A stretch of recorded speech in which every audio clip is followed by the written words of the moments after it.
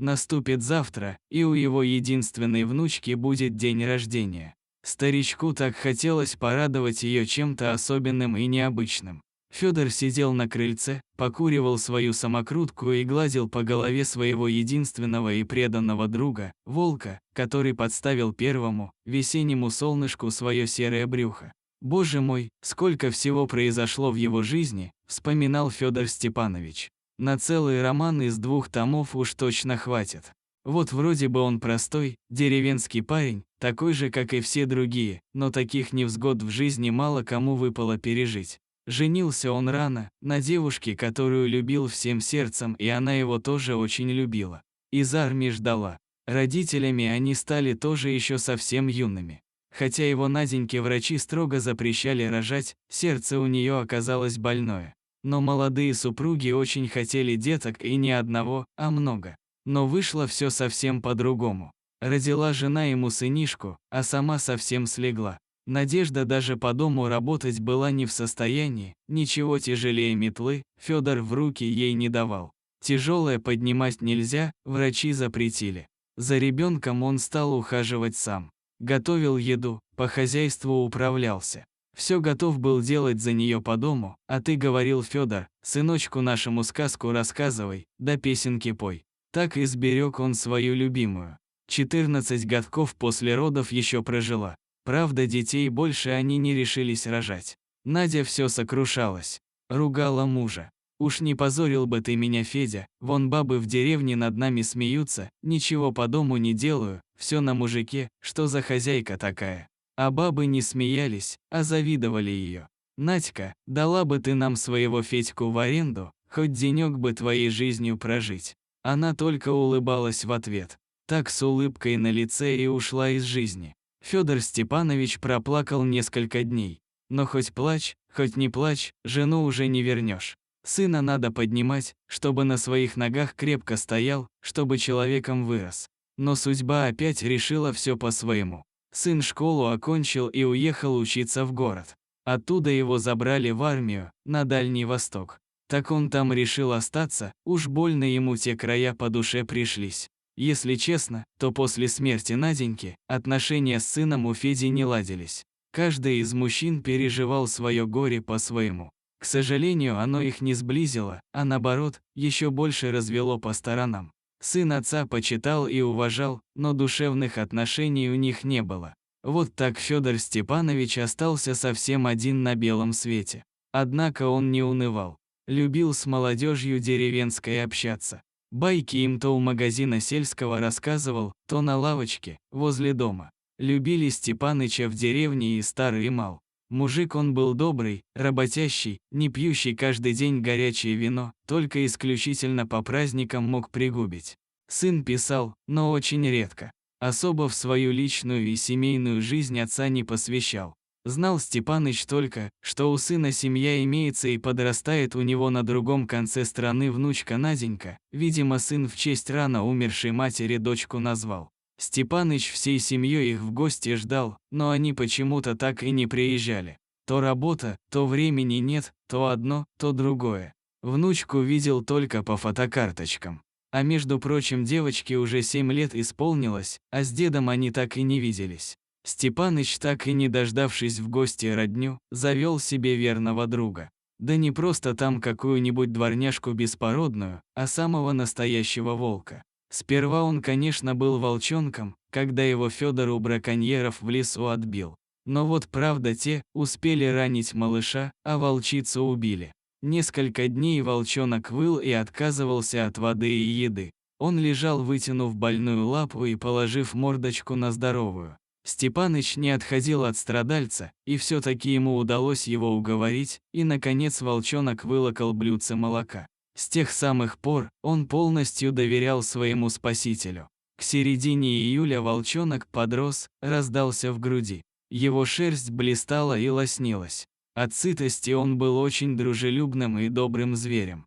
Степаныч специально построил для волчонка крепкий и просторный вольер, но иногда лишь зарывал там кости, а жить все-таки предпочитал в доме, возле теплой печки. Прошло еще немного времени. Волка все чаще стало тянуть в лес. Он уходил туда, незаметно для хозяина. Пропадал там дня 2-3, а потом опять появлялся в избе и устраивался возле своей любимой печки. И вот как-то заметили деревенские, что Степаныч ходит по деревне чернее тучи. Словно, как в воду опущенный. Не улыбается, не шутит, на лавке возле дома не сидит. Стали люди расспрашивать, что произошло.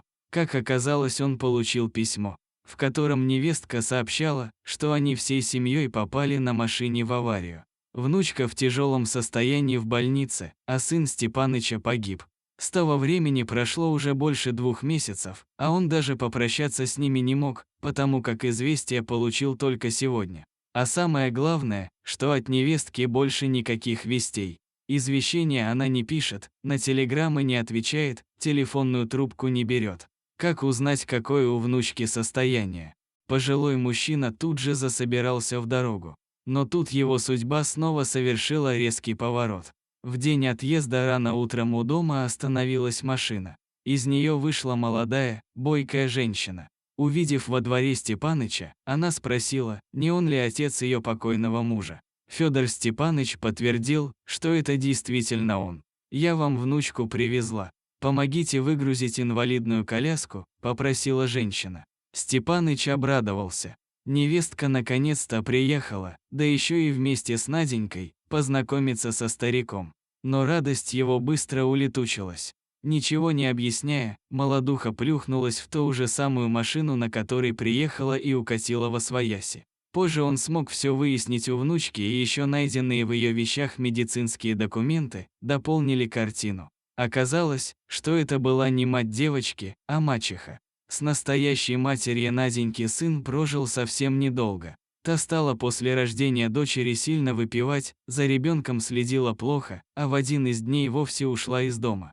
Навсегда. Сын Степаныча сперва подал в розыск, который ничего не дал, а потом на развод. Через год он женился снова. Вот поэтому мачеха не захотела возиться с чужим ребенком, а привезла Надежду к деду. Теперь пожилой мужчина понимал, почему его сын не хотел посвящать старика в свою жизнь. Он просто берег отца от переживаний. Наденька после аварии не сильно пострадала. Травмы были по большей части не физические, психологические. Ее парализовало, но врачи утверждали, что она рано или поздно должна встать. Нужно только время и какой-то моральный толчок. Вот и стал Степаныч ухаживать за своей единственной кровиночкой. Окружил ее заботой и любовью, а главное, у девочки появился настоящий серый друг. Девочка шла на поправку, прямо на глазах. Дед почти каждую неделю ездил к знахарке, в соседнюю деревню. Она давала для Наденьки травы, настойки и разные мази, которые ей помогали. И вот однажды вечером случилось непредвиденное. Когда дед сидел по обыкновению возле кровати больной, в дом ввалилась пара молодых людей. Оказывается, Степаныч по невнимательности забыл запереть входную дверь. Наркоманы где-то услышали, что старик лечит свою парализованную внучку какими-то чудными зельями, и они решили, что они на основе наркотических веществ. Вот и решила эта парочка наведаться к старику, а потом можно и за девку взяться, предложил один из них. Они даже не предполагали, что могут получить серьезный отпор. В это самое время, когда сволочи избивали и пытали старика, в избу ворвался волк. Он чуть не разорвал шакалов в клочья. Благо тем удалось каким-то образом вырваться и рвануть на улицу, подальше от этого дома. Волк погнал их до самого края деревни. Надя бросилась на помощь к дедушке, который лежал на полу в луже крови. Она даже сперва сама не поняла, как это получилось. В этот момент она совсем не думала о себе. Видимо, стресс сработал, как спусковой крючок. С тех самых пор Наденька окончательно встала на ноги, и теперь она стала ухаживать за дедушкой и лечила его раны после нападения наркоманов. Теперь они стали настоящей, дружной семьей. Дорогие друзья, если вам понравилась эта история, ставьте лайки, подписывайтесь на канал, впереди еще много всего интересного.